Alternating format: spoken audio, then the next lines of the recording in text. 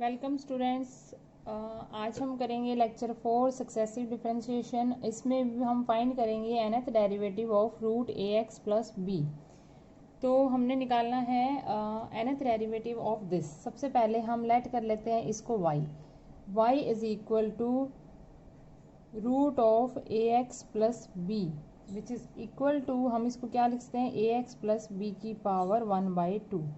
अब इसका हम जब डेरिवेटिव करेंगे, फर्स्ट डेरिवेटिव करेंगे, तो हमारे पास में क्या आएगा, फर्स्ट डेरिवेटिव हमारे पास में आएगा 1/2 ए एक्स प्लस बी की पावर -1/2 इंटू में ए।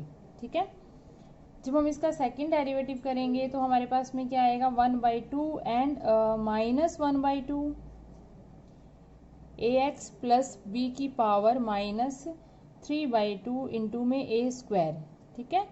अब हम नेक्स्ट कर लेते हैं इसका डेरिवेटिव y3 निकालते हैं। तो y3 हमारे पास क्या आ जाएगा, 1/2 -1/2 -3/2 and a x plus b की पावर -5/2 इंटू में a cube.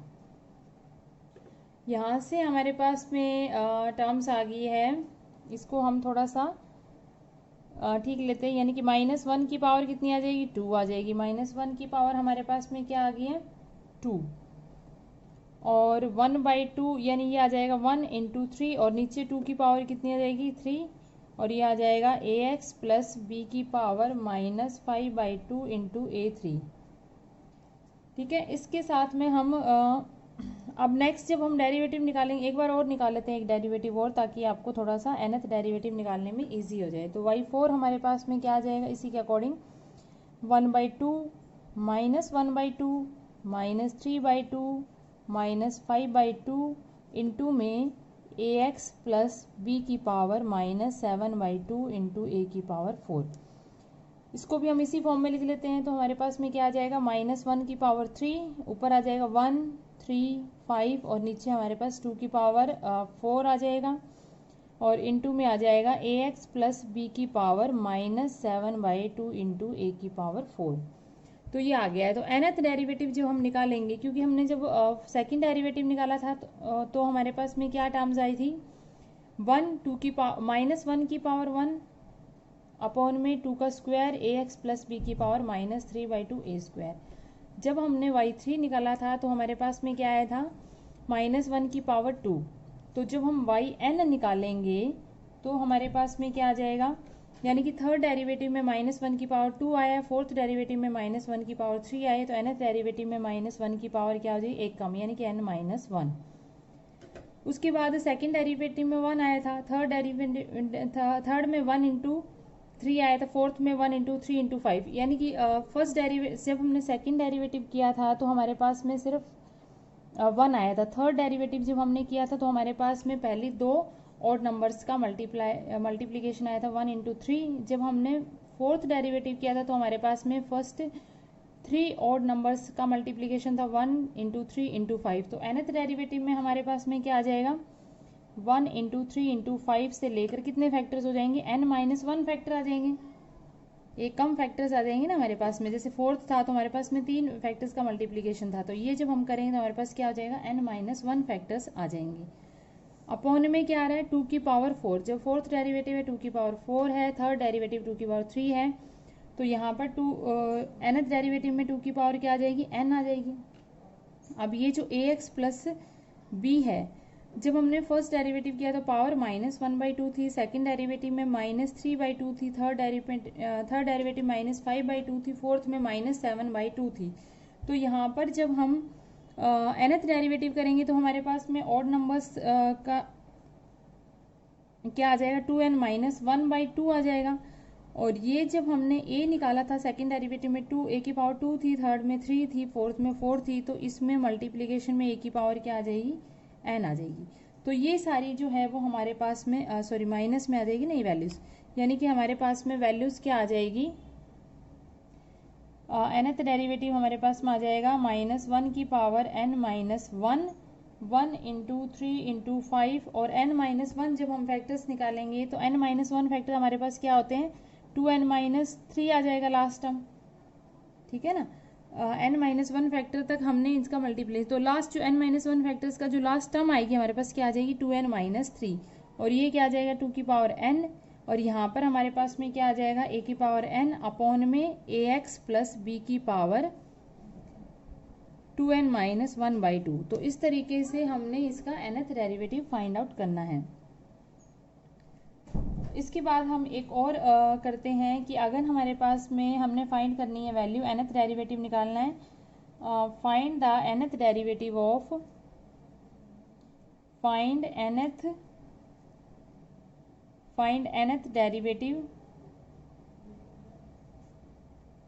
nth derivative of bx plus a का होल स्क्वायर। ठीक है, पावर -2 ले लेते हैं हम, क्योंकि इस तरीके का तो हमने कर लिया। Find the nth derivative of bx plus a की पावर -2। तो इसका हम डिफ्रेंशिएट करते हैं। फर्स्ट डेरिवेटिव हम जब निकालेंगे तो हमारे पास क्या आएगा, y1 क्या आ जाएगा -2 पावर आ गई है, और ये क्या आ जाएगा हमारे पास में bx प्लस a की पावर -3 इंटू में b। जब हम इसका सेकेंड डेरिवेटिव निकालेंगे तो हमारे पास क्या आ जाएगा -2 -3 एंड bx प्लस a की पावर -4 b की पावर 2। जब हम थर्ड डेरिवेटिव निकालें तो हमारे पास क्या आ जाएगा -2 -3 -4 एंड bx प्लस a की पावर -5 b की पावर 3। तो इसको हम थोड़ा सा लिख लेते हैं सही तरीके से। तो ये माइनस थर्ड डेरिवेटिव है हमारे पास में -1 की पावर क्या है 3। सेकेंड डेरिवेटिव में हमारे पास -1 की पावर क्या थी 2। फर्स्ट डेरिवेटिव में -1 की पावर 1 थी।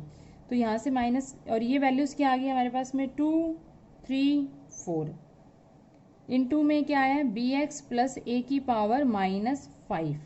ठीक है, और b की पावर भी क्या आई है हमारे पास में 3। तो इसी के अकॉर्डिंग जब हम nth डेरिवेटिव निकालेंगे तो हमारे पास में -1 की पावर कितनी आएगी जी n, और ये 1 इंटू इसके साथ में अगर हम 1 भी मल्टीप्लाई करते हैं तो 1 इंटू 3 इंटू ये लास्ट टर्म जब चलती जाएगी तो हमारे पास में क्या आ जाएगा, ये जो हमने निकाला था ये किसके इक्वल आया था 4 फैक्टोरियल के इक्वल आया था। जब थर्ड टर्म थी तो ये 4 फैक्टोरियल के इक्वल आया था। तो nth टर्म है तो ये किसके इक्वल आएगा n प्लस 1 फैक्टोरियल के इक्वल आ जाएगा। b की पावर थर्ड टर्म में n 3 थी, तो यहाँ पर b की पावर क्या आ जाएगी n। अब हमारे पास में जो टर्म आई थी bx प्लस a, तो यहाँ पे थर्ड डेरिवेटिव में हमारे पास क्या थी टर्म -5। सेकेंड डेरिवेटिव में हमारे पास क्या थी -4। फर्स्ट डेरिवेटिव में -3, यानी कि 2 टर्म्स जो है वो हमारी आगे आएगी। ठीक है, दो टर्म्स जो है वो नेक्स्ट 2 टर्म्स। तो इसमें क्या आ जाएगा bx प्लस a की पावर क्या आ जाएगी n, तो ये है, ये 3 था तो n प्लस 2 था हमारे पास में, 2 था तो n प्लस 2 4 हो गया था, 1 था तो n प्लस मतलब कि 1 प्लस 2 करके 3 आया था, 2 में 2 प्लस 2 करके 4 आया था, 3 में 3 प्लस 2 करके 5 आया, तो nth में क्या आ जाएगा n प्लस 2 आ जाएगा। तो ये हमारी इस तरीके से हमने इसका nth डेरिवेटिव निकालना है। तो इसी तरीके से एक और सम करते हैं हम। अब हम निकालते हैं एक लोगरिथमिक फंक्शन का nth डेरिवेटिव। तो हम लेट कर लेते हैं, हमारे पास में हम लेट कर लेते हैं y is equal to log of root ax plus x का स्क्वायर। इसका हमने nth डेरिवेटिव लेना निकालना है। इसका हमने क्या निकालना है yn फाइंड आउट करना है, और हमारे पास टर्म क्या है log of root ax plus x square. ठीक है, इसको थोड़ा सा हम log मतलब कि जब log की पावर होती है 1/2 तो हमारे पास में क्या होता है, अगर log है हमारे पास में log x रूट x है तो इसको हम क्या लिखते हैं 1/2 log ऑफ x। और अगर हमारे पास में टर्म्स है मल्टीप्लीकेशन में टर्म है यानी कि log of m into n है, तो इसको हम क्या लिखते हैं log m plus log n, इस तरीके से लिख सकते हैं। तो यहाँ पर इसी का यूज़ करेंगे हम, ताकि हमारा सम जो है वो ईजिली हो जाए, nth टर्म जो है वो इजीली फाइंड आउट हो जाए। तो ये क्या हो जाएगा 1/2 log of ax plus x square, then 1/2 इसमें से भी हमारे पास में क्या आ रहा है कॉमन आ रहा है x, और अंदर टर्म क्या बच जाएगी a प्लस एक्स, ये टर्म्स आ जाएगी हमारे पास। तो ये आ जाएगा 1/2 कॉमन ले लिया हमने। अब टर्म्स क्या आ जाएगी log of x plus log of a plus x. ठीक है, ये हमारे पास में टर्म्स आ गई। अब इसका जब हम nth डेरिवेटिव निकालेंगे, हमने लास्ट लेक्चर में log of ax plus b का nth डेरिवेटिव निकाला था, उसी की हेल्प से ही हम ये log x का डेरिवेटिव्स फाइंड आउट करेंगे। ठीक है, तो आपको मैंने ये पिछले लेक्चर में मैंने आपको कहा भी था कि हमने जब हम nth डेरिवेटिव्स निकाल रहे हैं कुछ स्टैंडर्ड इक्वेशंस स्टैंडर्ड फंक्शंस का, तो उनको आपने लर्न भी करना है nth डेरिवेटिव। तो यहाँ पर मैं यहाँ पे एक रफ वर्क में लिख देती हूँ कि हमने जो nth डेरिवेटिव निकाला था log ऑफ, हमारे पास क्या फंक्शन था पिछले, log of ax plus b. तो log of ax plus b का जब हमने nth डेरिवेटिव निकाला था तो हमारे पास में क्या आया था, ये y इज इक्वल टू था, तो y n जो था वो किसके इक्वल आया था, -1 की पावर n-1 आया था, एंड n-1 का फैक्टोरियल इनटू में a की पावर n अपॉन में आया था ax प्लस b की पावर n। ठीक है, तो इसी रिजल्ट का ही हमने यहाँ पे यूज करना है। अब आपके पास ax प्लस b की जगह क्या है, x ही है। ठीक है ना, तो इसका जब हम nth डेरिवेटिव निकालेंगे तो हमारे पास में क्या आ जाएगा, इस टर्म में ये भी टर्म क्या है, ax प्लस b की जगह क्या है यहाँ पर a प्लस x। तो दोनों का अगर हम कंबाइन ले लेते हैं तो हमारे पास में क्या आ जाएगा, इक्वल टू में 1/2, तो एस ये मल्टीप्लीकेशन में था तो यही रहेगा, इनटू में क्या आ जाएगा, -1 की पावर n-1, दोनों के लिए सेम ही आ जाएगी, इनटू में n-1 का फैक्टोरियल, तो ये भी दोनों के लिए सेम आ जाएगा। अब हमारे पास जो अंदर वाली टर्म्स बची है उसको हम लिखेंगे। यहाँ क्या आया था हमारे पास में, a की पावर n, क्योंकि ये ax था, यहाँ पर 1 इंटू एक्स है तो 1 की पावर n तो 1 ही रहेगा, और इसका जब हम अपॉन में लिखेंगे तो ax प्लस बी का अपॉन में क्या आया था, ax प्लस बी की पावर n, तो इसमें क्या आ जाएगा 1 अपॉन x की पावर n, प्लस यहाँ पर क्योंकि यहाँ पर भी हमारे पास में क्या है, x का कोफिशिएंट 1 है तो 1 की पावर n हो जाएगा, तो ये भी क्या आ जाएगा हमारे पास में 1 अपॉन में a प्लस x की पावर n। तो इस तरीके से हमने इसका डेरिवेटिव करना है। तो ये हमारा डेरिवेटिव आ गया log ऑफ, सिंपल मतलब कि हमने लास्ट जो रिजल्ट किया था ये log of ax plus b का nth डेरिवेटिव, उसका रिजल्ट याद करना है, आपने याद रखना है इसको। आगे जब हम यूज़ करें तो इसके अंदर डायरेक्ट हम इसका यूज़ करेंगे और डायरेक्ट यूज़ करके हमारा ये सम जो है वो ईजिली सॉल्व हो गया। तो इस तरीके से हमने ये सम इस तरीके के सम्स को करना है। ठीक है, अब हम एक और एग्जाम्पल कर लेते हैं इसी टाइप का, जिसमें हमने डेरिवेटिव्स फाइंड आउट करने हैं। इसके बाद हम एक ले लेते हैं साइन और कोस का फंक्शन ले लेते हैं। साइन और कोस के फंक्शन में ले लेते हैं हम एक नेक्स्ट इक्वेशन में हम ले लेते हैं, अगर हमारे पास में y की वैल्यू है sine x into sine of 2x और हमने इसका nth डेरिवेटिव फाइंड आउट करना है। ठीक है, y is equal to sine x sine 2x है और nth डेरिवेटिव निकालना है। तो हम किस तरीके से निकालेंगे, y हमारे पास में क्या है, sine x into sign 2x। तो इसको फॉर्मूले के अकॉर्डिंग चेंज करने के लिए हमने 2 से मल्टीप्लाई और 2 से डिवाइड कर दिया, तो ये फंक्शन क्या हो जाएगा, 2 साइन x साइन 2x, यानी कि sine of 2 sine a sine b के इक्वल आ गया। तो 2 साइन ए साइन बी का फॉर्मूला क्या होता है, cos a minus b minus cos a plus b, तो वही हम यूज करेंगे। 1/2 कॉमन रहेगा। ये फॉर्मूला क्या होता है, sign A 2 sine a sine b का क्या फॉर्मूला होता है, cos a minus b minus cos a plus b. तो कोस ए माइनस बी हमारे पास क्या आ जाएगा, ये फंक्शन आ जाएगा cos of x minus cos of 3x। ठीक है, तो हमारे पास इसका फॉर्मूला क्या आ गया, cos of x minus cos of 3x। अब इसका nth डेरिवेटिव हमने निकालना है, तो nth डेरिवेटिव जो है वो इसका क्या आ जाएगा, कोस एक्स का 1/2 तो सेम ही रहेगा।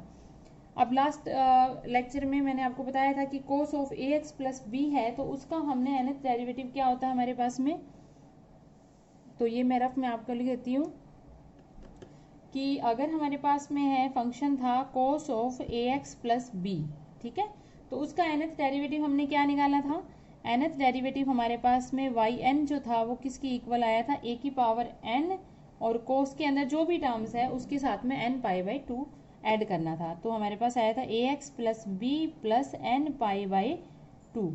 इस तरीके से हमारे पास फंक्शन आया था a की power n cos of ax plus b n π/2। तो यहाँ पर हमारे पास फंक्शन है, तो इसके अकॉर्डिंग हमारे पास क्या आ जाएगा, 1/2 कॉमन है, कोस ऑफ x के साथ में क्या आ जाएगा एन पाई बाई टू। ठीक है, सिमिलरली ये भी आ जाएगा minus cos of 3x plus n pi by two. इसके साथ में 3 है, यहाँ पर x के साथ में कोफिशिएंट a था तो इसमें a की पावर n आया था, तो इसके साथ में 3 की पावर n आ जाएगा। तो ये हमारा nth डेरिवेटिव आ जाएगा, यानी कि 1/2 nth डेरिवेटिव क्या आ रहा है 1/2 cos of x plus n pi by two minus 3 की power n cos of 3x plus n pi by two. तो ये हमारा nth डेरिवेटिव आ गया साइन 2x का। तो ये जो पीछे वाला एग्जाम्पल पीछे वाला लेक्चर जो किया था उसके अकॉर्डिंग आपने रिजल्ट्स याद रखने हैं और डायरेक्ट इसके अंदर पुट करने हैं। तो इस तरीके से ये सम्स को हमने सॉल्व करना है। तो इसी के साथ ये लेक्चर मैं ख़त्म करती हूँ। बाकी कल हम और एग्जाम्पल्स करेंगे, nth डेरिवेटिव फाइंड आउट करेंगे कुछ और फंक्शंस के। And then thank you.